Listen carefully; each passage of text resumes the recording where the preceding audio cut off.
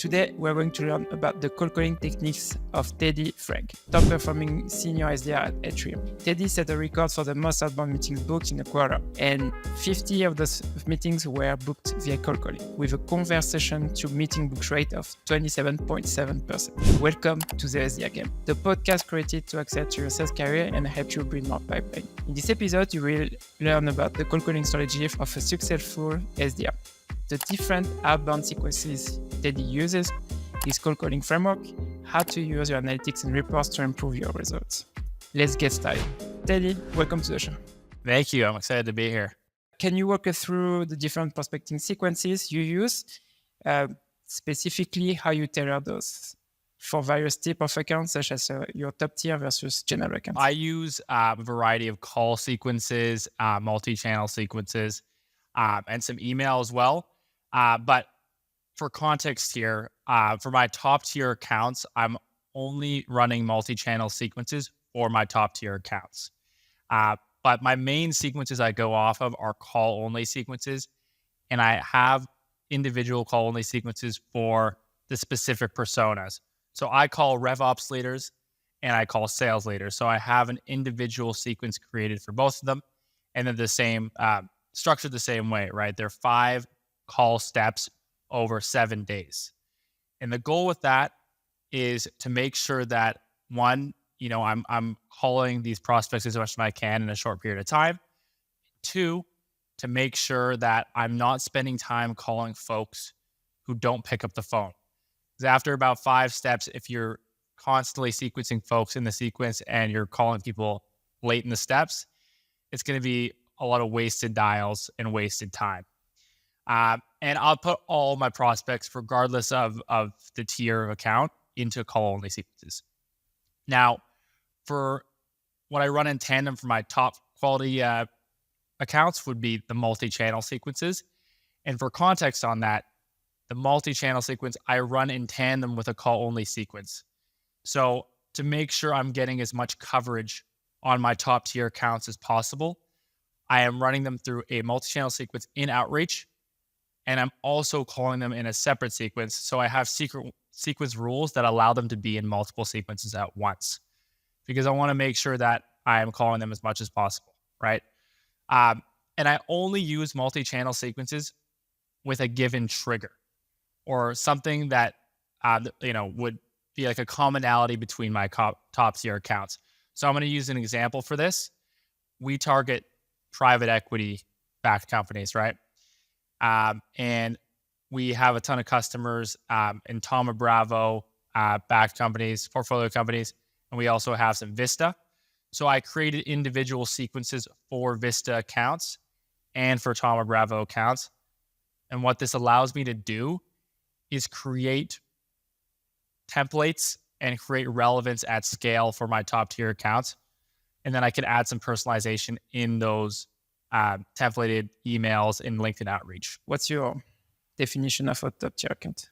Yeah. So top tier account's going to be one, it's going to be size of prize. So if, you sign a contract with that account, how much value is that going to bring to the business? And the other distinction for it would be fit, right? Because even though there's a lot of accounts that would, in theory, bring a large size of prize, you have to make sure they're a best fit for your product, right? So like SaaS in general is a really good fit typically for our tool. And they typically, if they have like a sales performance management problem and they're struggling to hit quota attainment, I'm going to prioritize accounts that I feel like fit those needs and have those challenges. Okay, and so you have like a specific number for the size of the sales team, for example? Correct. Yeah. So there's typically like the ideal number size of sales team is going to range between like 150, either 250. I'd say 150 to 250 in the sales org is usually the most ideal size sales org for our software. So let's go back on your sequence. So you said you have like two, for example, for your one target account, you have your multi-channel sequence, and then on top of it, your cold calling sequence. So on your multi-channel sequence, do you only use email and LinkedIn? And then you have a second sequence for calls? So I actually do use calls also in my multi-channel sequence. And here's the philosophy behind that. So I do a better job doing the right due diligence in those sequences when I'm calling an outreach, right? So when I call the first call step, I'll make sure I have the right number, and I'll use all my data providers to make sure that I'm calling a number that is theirs, right? And if I'm just sequencing other folks in the call only sequences for my non-top tier accounts, I don't have the time, and I'm not going to spend the time doing that. So the other thing with the multi-channel sequence is calling from a consistent number on consistent, at consistent intervals is going to get, in their face more versus like using a dialer like Orem on the side, where I'm usually calling from different numbers at less consistent times. So that's why I will still call my multi-channel so that it's using the same number. And then I take more of a focus on making sure that there's like a specific number of steps I'm following as well. So that's your main sequences. Do you use other sequences also for your prospects? After the call only sequence, what I do is we have a marketing generated email sequence. That's like, 10 emails over, extended period of time, right? It's like an 88-day sequence. It's just to keep, it's more for nurturing and to try to convert some folks that didn't convert over the phone, right? And I really just leverage emails in my multi-channel sequences because, as we all know, emails are hard to do at scale, and you want to have quality emails because those emails convert at a much higher rate. And I let marketing try to convert some of my stragglers from the call only sequences. And then, for example, if you have like someone saying they're not interested, you should talk with X person. Do you have like a sequence for that? Yes. So if someone says they're not interested in a product offering. Yeah, or send me more information, for example. Oh, yes. Okay. That's a great question, actually. Yes. Great question. So totally forgot to mention my follow-up sequences. So yeah, one of the things that I find most important to call success is having call follow-up sequences. So yes, if someone says they're not interested on the phone, or they're interested, it's bad timing, or there's some sort of objection, like send me more information, right? I have follow-up sequences for that. So there's a few I use. Usually it's like call me back later. That would be one. So I have a sequence just for that. It's another call sequence. 2 is send info. So that's a combination of emails and calls after someone says it over the phone and I can't handle the objection. And then there's a referral sequence I use. So let's say it's the wrong person, they're not the decision maker, but they're willing to give you a referral. And again, I strongly push that you ask for referrals. A bunch of SDRs are really good at this. Will Falkenberg is definitely one of them. I use that to generate the referral. And I always will sequence them right away after engaging with them over the phone and not being able to convert. Okay, so you do it for them and you don't ask them, they don't do it for you, for the referral. Yeah, so I'll set it up for them, right? So I'll send the email, make it easy. You want to take the burden off the buyer, right? If you're asking them for something. And for example, for your sequence, call me back later, is it like call me back in 2 weeks, a month, or something like that, and you just like put like the next task in 2 weeks or 3 weeks? Yeah, so I always do try to ask for a specific time, because if they say call me back later and they won't give you specific time, then it's usually just a brush off. So I'll always ask like, when can I call you back later? What time tomorrow works for you, or something like that, and then I'll schedule a task for that time. And yeah, a lot of the times I will say that like I do use the call only sequence or the call back later sequence, but a lot of times what I do is I actually set tasks on my calendar for that specific time, because you have to be very good at managing your sequences in outreach if you're going to set a task for a specific time, right? So I think it's easier to put it on your calendar. It's much more important. And I can't tell you how many meetings I have booked off of all these sequences, doing the right follow-up and following up very consistently. I like the way you do it, because you are really organized around what to do next, and you know what to do next with the sequences. You don't have to overthink too much about what you're saying in these follow-ups. It's just like having a consistent follow-up. People tend to get back to you if you've had this human interaction over the phone and they've given you their word that they're going to get back to you. I think the next topic we should talk about is cold calling specifically. Actually, doing the research was impressive. Was your conversion rate on conversation to meeting? almost 28% actually in Q1. So that's super interesting. And I know, because you mentioned Will earlier, Will, I was interested to know also for you to talk about cold calling specifically, and how you use cold calling to book meetings with directors or VPs. So what specific strategies do you use on the phone to book meetings with directors or VPs? And we can start with your top track if you want. Yeah. Well, and I can, if you want, I'll start with the kind of philosophy, and then I'll go into like my talk track. I'll break it down. I won't go into specific script, but I'll break down like how I structure my cold calls. So my philosophy versus talking to someone who's lower down the chain, you might have more time to have a conversation with them, and they might be more willing to chat. That's not to say that above the power line folks won't have the time, but typically they are much more busy, right? So my philosophy with them is to make the call as quickly as possible and drive interest with a compelling, crisp script, and then go for the close as quickly as possible. Because you have to remember, like, these leaders are getting tons of calls. They're in meetings all day. They don't really have the time, most of the time, to sit down and have a conversation with someone they don't know about all the things that are going on in their business, right? They want you to tell them how you're going to solve their problem and to drive interest.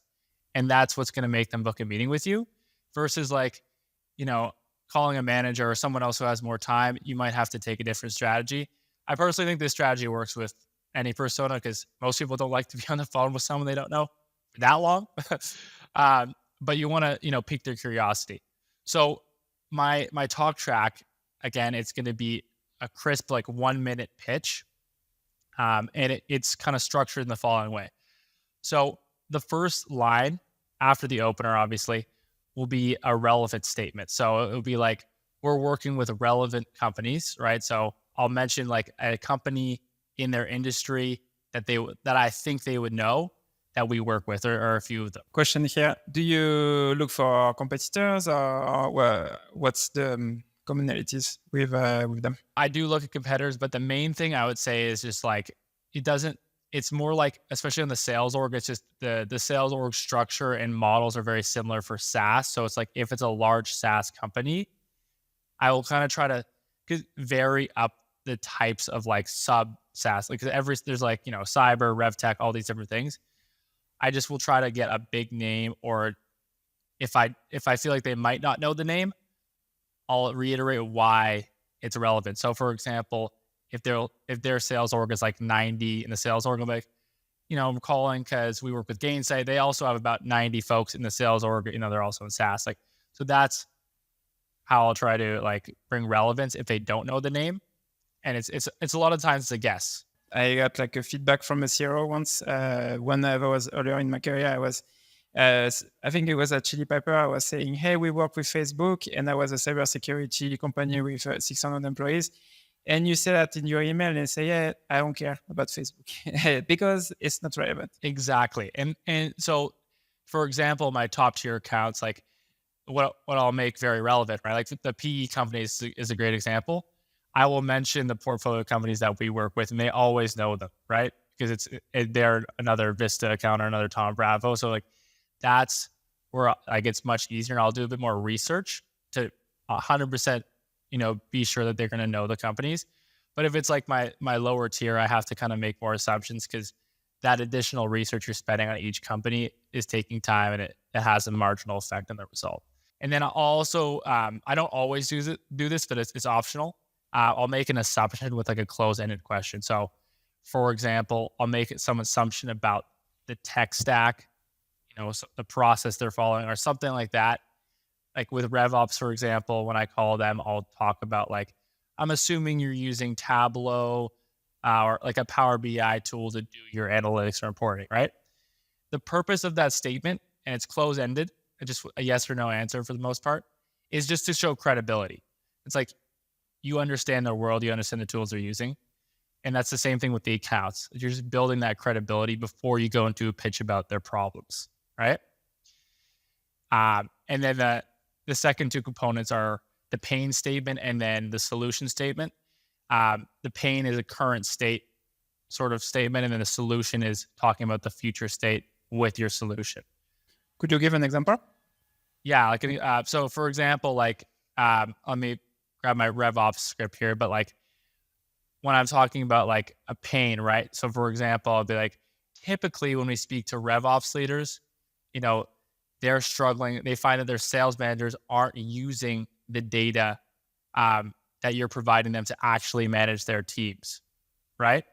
So that's a pain. It's like, because of that, you know, your sales teams aren't hitting their goal. You know, the goals that you're setting are not being hit, like quota attainment goals, revenue goals, right? And then that's kind of the pain statement, and tying it into like, these RevOps teams are super data focused and they're trying to get their managers to more effectively manage their teams, but it's not working, right? So that's the kind of pain statement. Yep. It's like that frustration. And I use words like they're anxious, they're frustrated, right? Like kind of drive the pain out of them. And then when it comes to solution statement, I'll give them insight into like how we solve that is, instead of, you know, handing your sales managers like reports and dashboards they don't know how to use or they don't want to use or whatever, right? We, you know, give you an AI sales coach that does all the interpretation for them, and they're going to actually use the information because it puts into English language for them. They don't have to do any data analysis, and it's doing all the work for them to effectively manage their teams.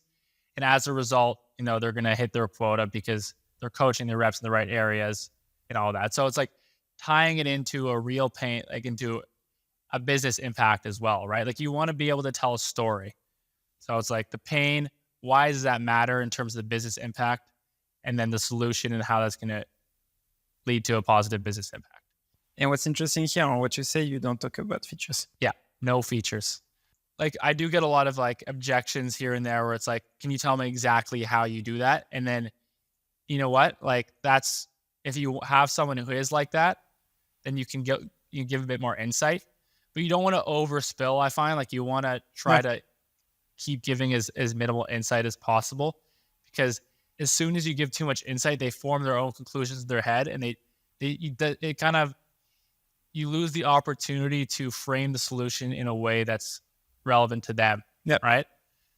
So that's the goal with my script there. Let's say because you said your call, they are really short. So after you say that, but most of the time, imagine you get objections. Tell me more. When someone says, tell me more, it's usually like, how do you do that? Right. And this is where like you want to be careful, but I will usually go into a little bit more of like, look, we connect. They just kind of want to know the data component. Like, are you doing that? So I'll be like, we connect to your CRM, right? And then we're going to, connect your CRM, your calendar, and then we're going to spit out all that information. That's going to look like out of the box Tableau for you. But then there's going to be a button you can click for the sales managers, and that's going to spit out all the interpretation of it in the form of a coaching plan for them. Just like keep it really simple. Then I'll kind of ask a question. After hearing that, like, is it more clear to you how we're solving that problem, right? Just like ask a question. You want to see if it's like clear to them, if it makes sense, and you don't want to go too much to it. Like very crisp. The more you spend time explaining the solution, the more it seems like you don't know what you're talking about, right? Like it's like anything. You want to just have a crisp response to that, and then ask a follow-up question. And what do you next? And then I go right for the close. Provided like, let's say there's no objection right after that like solution statement, I'll go right for the close. And it kind of looks like something like, I know I called you here. I told you it'd be about a minute.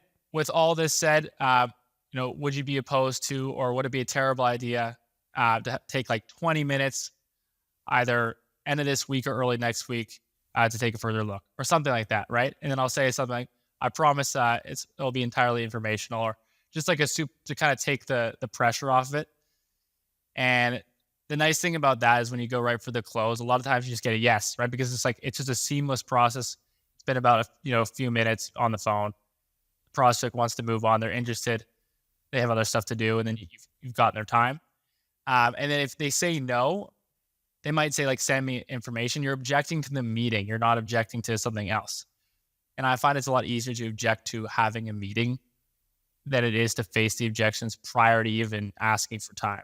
How do you handle the objection? Send me more information. Great one. Do you want, like, I have an example of actually how I do it.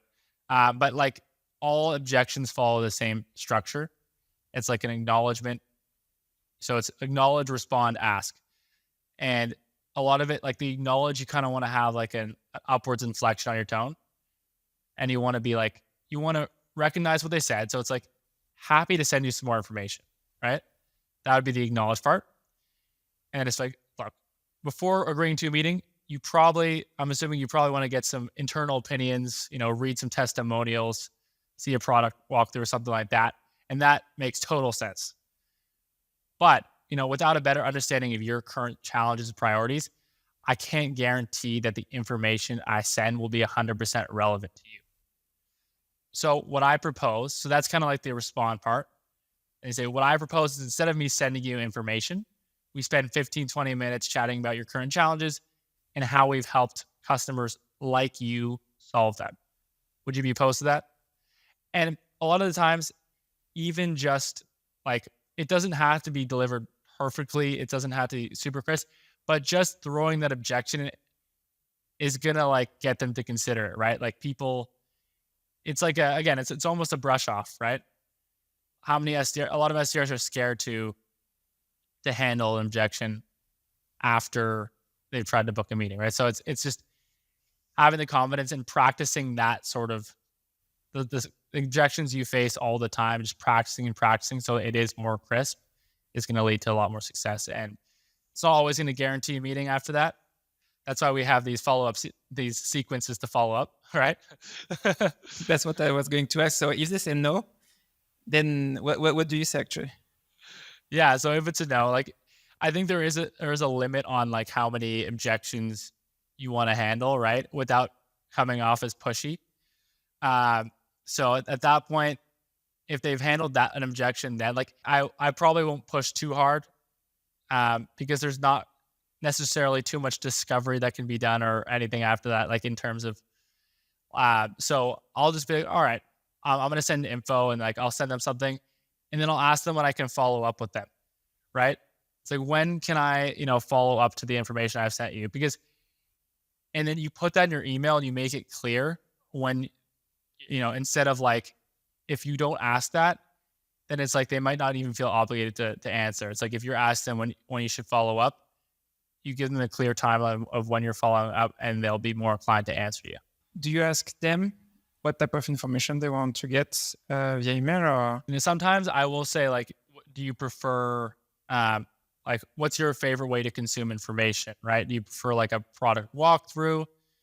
You want me to send you a case study, like a one pager, and hopefully you have a good one pager, a good product walkthrough. Like you have to also, Doug, I would advise not asking something that you don't have. Like if you don't have a good product walkthrough or you don't have a good one pager or case study that you think would be relevant, maybe don't ask that question, right? Send me more information. Is it the biggest objection you get on the phone? I would say that's definitely one of the most common. So like there's the two different types of objections, right? There's like the brush off, obviously, which happens early on in the call usually. And then once you've had the pitch, it's usually more, a business related objection or the send info. Send info can be both places. They'll like do it before you even pitch or like after. But the most common ones I get are, this isn't a priority. We don't have budget right now, especially right now with the macroeconomic climate. That's like one of the most common ones. I'm not the decision maker is another one. So those four, send info, budget, priority, and not the decision maker, are like the most common. And the way you handle it is all the same, right? It's just, you just have to have it's just a slight variation in the way you respond, really, at the middle part of the sandwich, which is like, they don't have budget. It's like, hey, totally understand you don't have budget. Most people I speak to don't have budget. This call would only be to serve as, to understand a little bit more about your current challenges and priorities. And then when you guys do have budget, you'll have a better understanding of what we do and if we can help and all that, right? So it's just changing up that middle part of the burger to acknowledge, respond Asperger. Let's go back on your course, specifically the before your course, actually, because here, what you are talking about, that's your talk track for RevOps leader, for example. So it sounds like you're already, like you are saying earlier, you have sequences for RevOps leaders and sales leaders. So at least you have you're already focused on one persona when you're calling. But do you do also some prep before a cold calling session? You are talking about using private equity as an example, the companies who might be similar, but what do you use as triggers to call them? For the private equity, so again, for my top tier accounts, I will do research. So I'll give you context on a private equity account. So what I want to know is you want to only do research, in my opinion, on the things that are relevant to why would that piece of research tie into what your tool does and how it can help them, right? Otherwise, there's no point. And most people, they just want to make money. So you need to give them a compelling reason to show them why you can help them with that, right? So for context, for CROs at private equity companies, I want to know when that private equity company acquired that company, because it's going to give me insight into all right, how long have they been trying to increase the revenue? Because all these private equity companies have a similar strategy, which is to increase the ASP, do a roll up where they buy a ton of different, they merge a ton of different companies and then raise the average selling price so that it's more attractive to investors, so that eventually they get bought. So the CROs coming in there, they have this, they want to increase the ASP, they want to drive revenue up very quickly so that it satisfies the investment horizons for these private equity companies. So obviously you can see I know a lot about the private equity companies and what they want, right? So the research comes with understanding what they want, understanding what these companies are trying to do and what the leaders care about. And then I'm looking on the LinkedIn profile to see how long they've been a CRO there, because a lot of the CROs at private equity companies have been placed by the private equity companies, right? So I'll mention that. So I do the research, I'll put it in the notes, and then when I'm doing the dialing on Orem, I'll see it in the notes. I'll be able to refer back to it. But again, that takes time, right? So you only want to do that for the higher value accounts. So even just mentioning the fact that I can't tell you, just mentioning the line that I'm look, I'm calling you because we work with, I noticed you guys are a Vista portfolio company. We work with blank, blank, blank. And I'm assuming, the companies we work with, you're trying to increase revenue in a short period of time as part of the strategy for Vista, right? You were just implemented as CRO recently, and I'm assuming one of the ways you're trying to do that is to with enhanced performance management to drive up the activity from your teams, right? Just a line about that, showing you understand the world is just a huge differentiator, right? It just then the pitch flows much nicer because they already you have much more credibility and understanding of their world.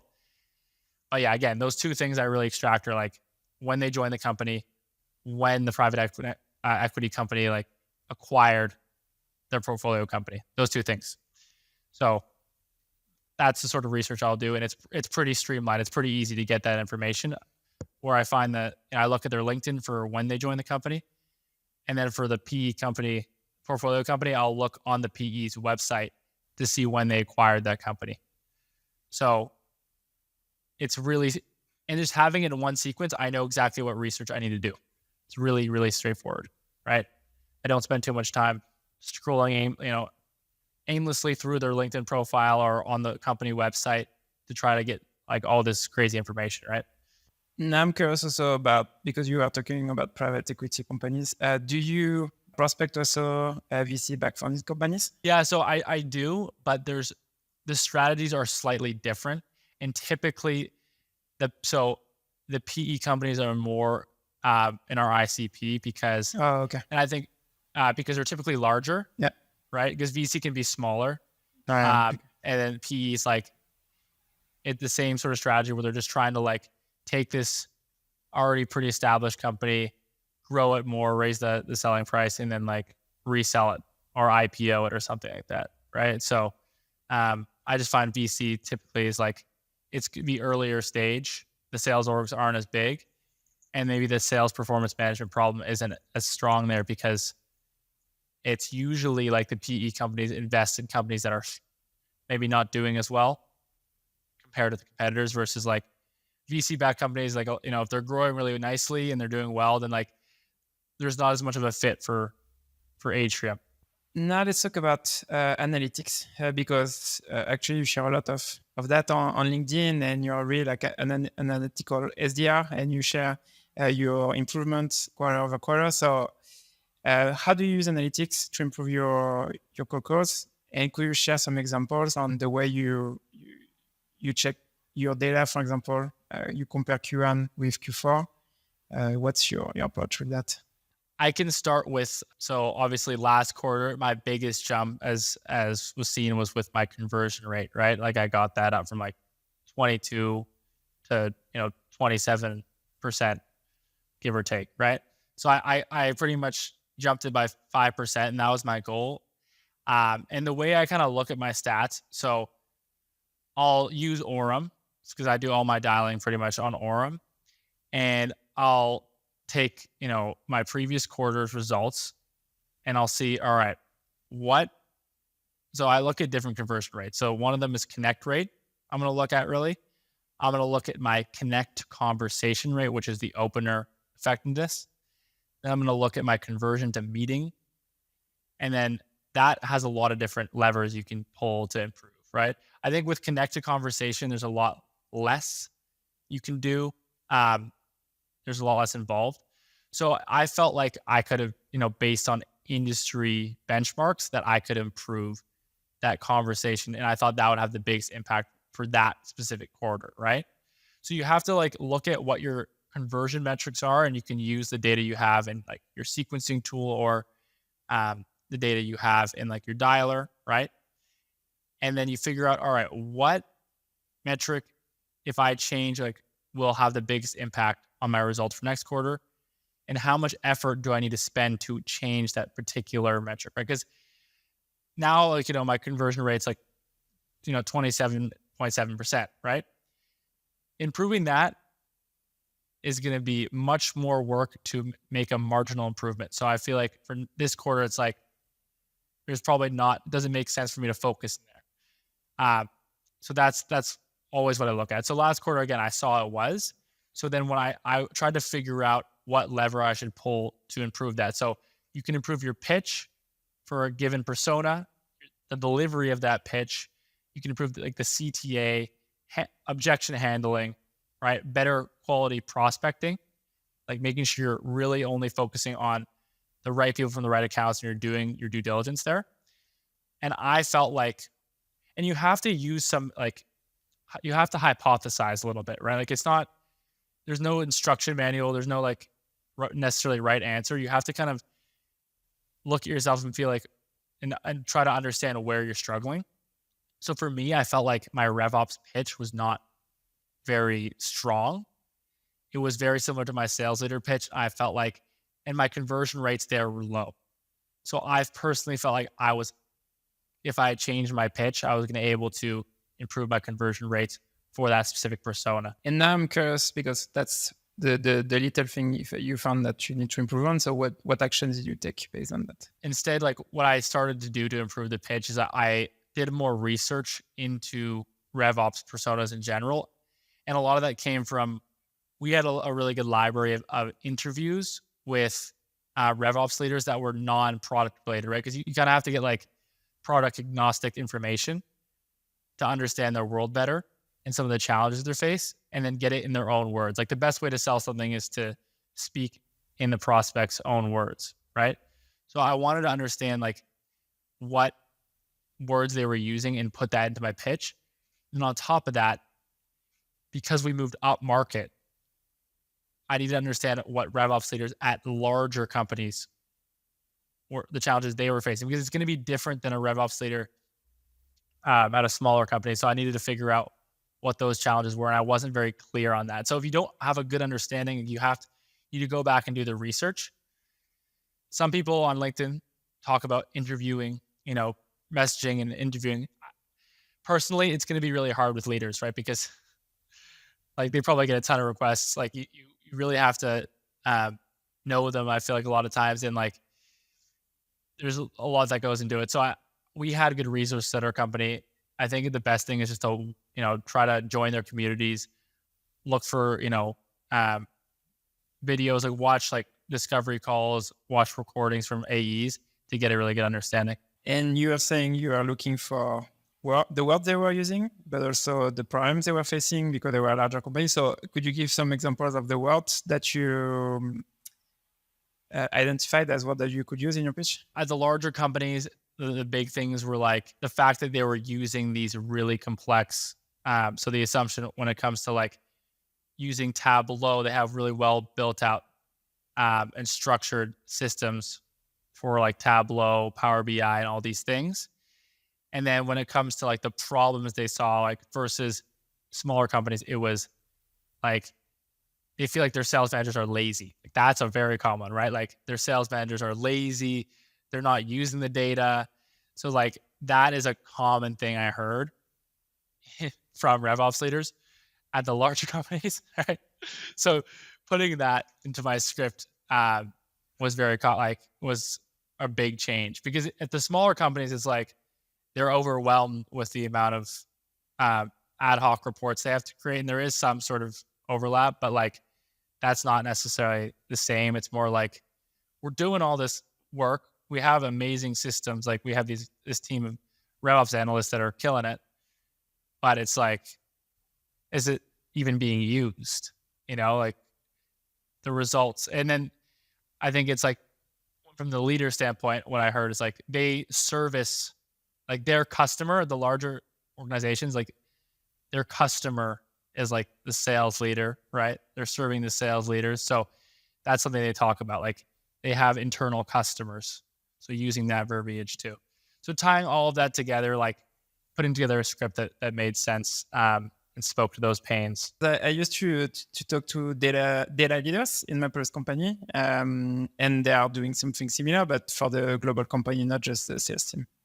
So it's the executive team, CFO, engineers, sales team, whatever. But pretty similar pains, actually. Yeah, very, very similar pains. And like any job where it's like there's kind of the two sides. Like it's kind of like the engineering sales divide. It's like the analytical.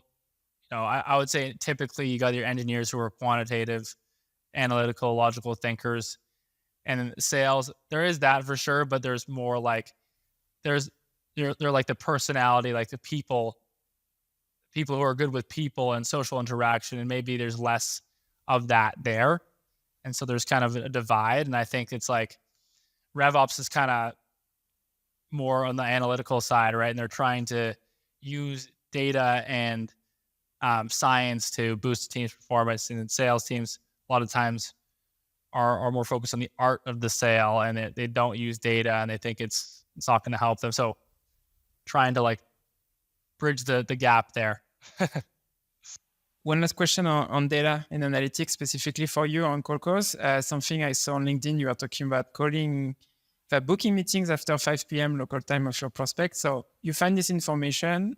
What did you do with it? Did you just focus on calling after 5 p.m. or what decision you made based on that? This might be different for a different SDR, but like I have territory that is across all the time zones, right? So they have to be headquartered in the West or Mountain Time, but since it's SaaS, like the prospects are all over, right? So I had more prospects Eastern Time and Pacific Time compared to Central and Mountain.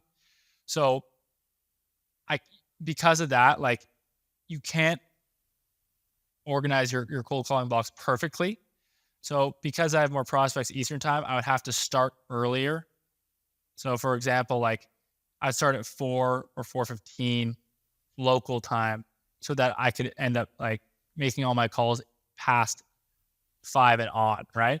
Because if you try to make all your calls past 5, or you try to fit them into the window, you're not going to have success, because you're just not going to be able to do all your calls, right? So you still have to like create a buffer.